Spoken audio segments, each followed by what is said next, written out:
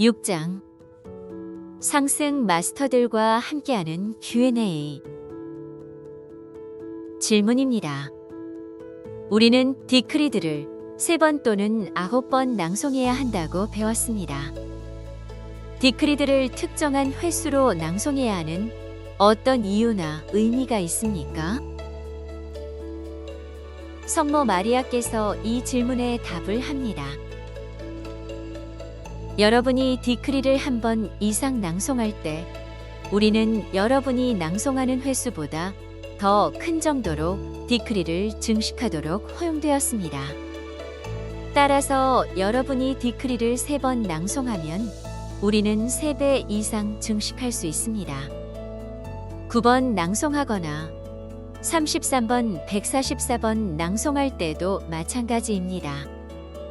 그렇다고 여러분이 긴 디크리드를 144번 낭송해야 한다고 말하는 것이 아니라 온마니 파드메 흠과 같은 만트라를 144번 낭송하면 어떤 증폭하는 요소가 있다는 것입니다. 이것은 물리적인 물질의 실현에서 중요한 어떤 숫자가 있기 때문입니다. 예를 들어 3은 성부, 성자, 성령의 삼위일체를 상징합니다. 9는 또한 신성한 숫자이고 여러분은 이런 큰 중요도를 가지는 숫자들이 많이 있다는 것을 봅니다. 이에 대한 가르침을 많이 주지는 않았지만 증폭하는 요소가 있다는 것만 알면 될 것 같습니다. 질문입니다. 우리의 삶에서 통과해야만 하는 운명이 있나요? 예를 들어 부모 자식 간의 관계가 우리 운명의 한 부분인가요? 그러한 관계가 무엇을 의미하나요? 성모 마리아께서 이것에 답합니다. 운명이라는 단어는 아주 다양한 문화와 다양한 사람에 의해서 남용되어 왔습니다. 미리 정해져 있거나 피할 수 없는 혹은 그렇게 되어야만 한다는 식으로 많은 사람이 보통 이해하고 있는 방식의 운명이란 없습니다. 왜냐하면 여기 물질층으로 육화할 때 모든 것은 자의지에 따릅니다. 우리는 물론 여러분이 육화하기 전에 선택했던 신성한 계획을 가진다고 가르쳤으며 따라서 여러분이 하려는 것은 신성한 계획에 더 많이 조율하고 따라서 의식적으로 기억할 수 있다는 것이 확실합니다. 물질층의 밀도가 그것을 어렵게 만들기 때문에 육체 속에 있을 때 자신의 신성한 계획을 기억해낼 수 있는 사람은 아주 극소수입니다.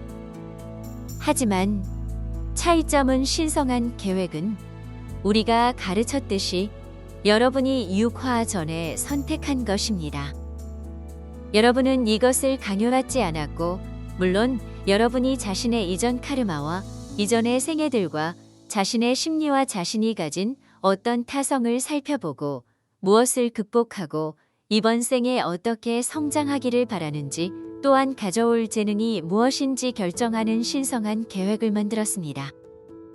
따라서 이것은 여러분에게 강요된 뭔가가 아니고 선택한 무언가이며 우리는 신성한 계획을 선택하라고 결코 강요하지 않으며 단지 여러분이 최선의 결정을 하도록 선택하는 것을 돕고 안내합니다.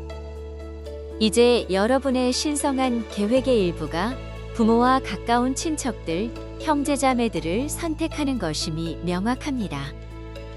심지어 때로는 사람들이 어떤 사람을 만나서 결국 결혼하고 가질 수 있는 아이도 선택합니다.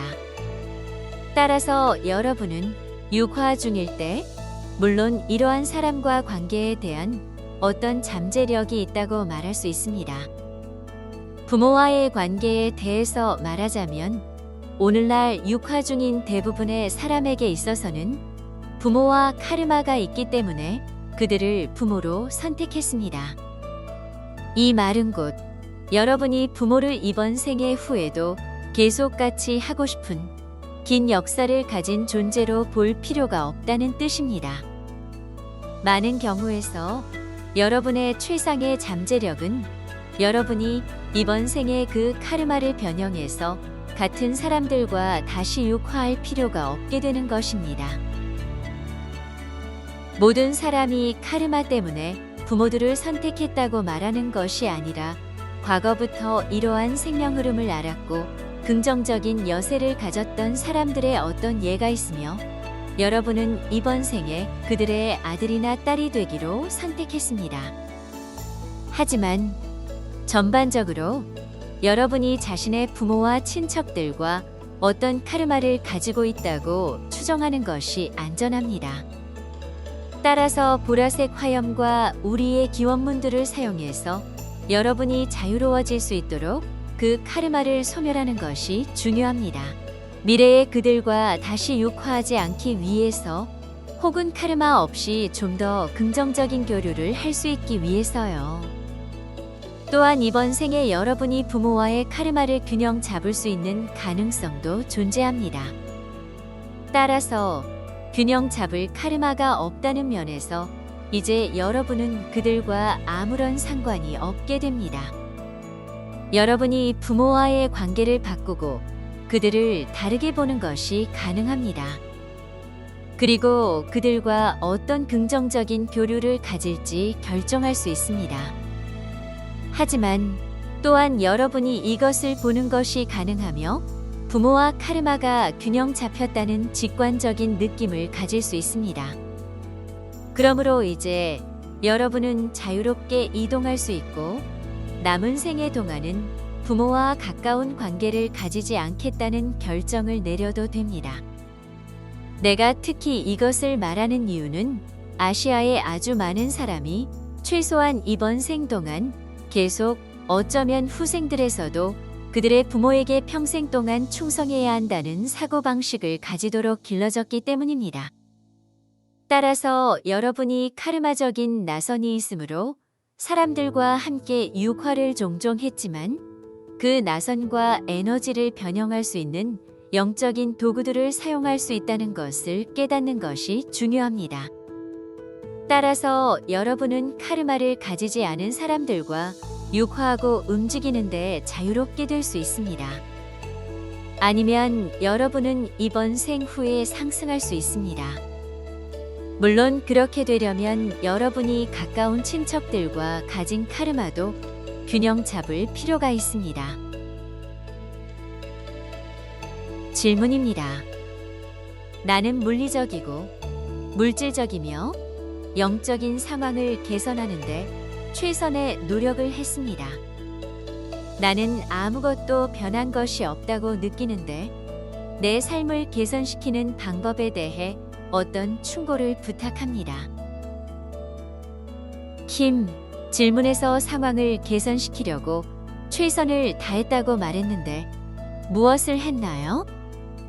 그 사람에게 영적인 도구들 또는 육체적인 수단들의 사용이 포함했는지 명확히 물어볼 수 있습니까? 그 사람에게 물어볼 수 있을지 모르겠네요. 질문입니다. 그는 다양한 종교적인 가르침에 대한 명상과 어떤 의례에 같은 모든 방법을 시도했는데 노력이나 명상에 몰두한 어떤 결과를 보지 못했습니다. 그의 개인적인 것이 아니라 그의 주위에 다른 사람들도 있습니다. 킴, 그들이 변하지 않았나요?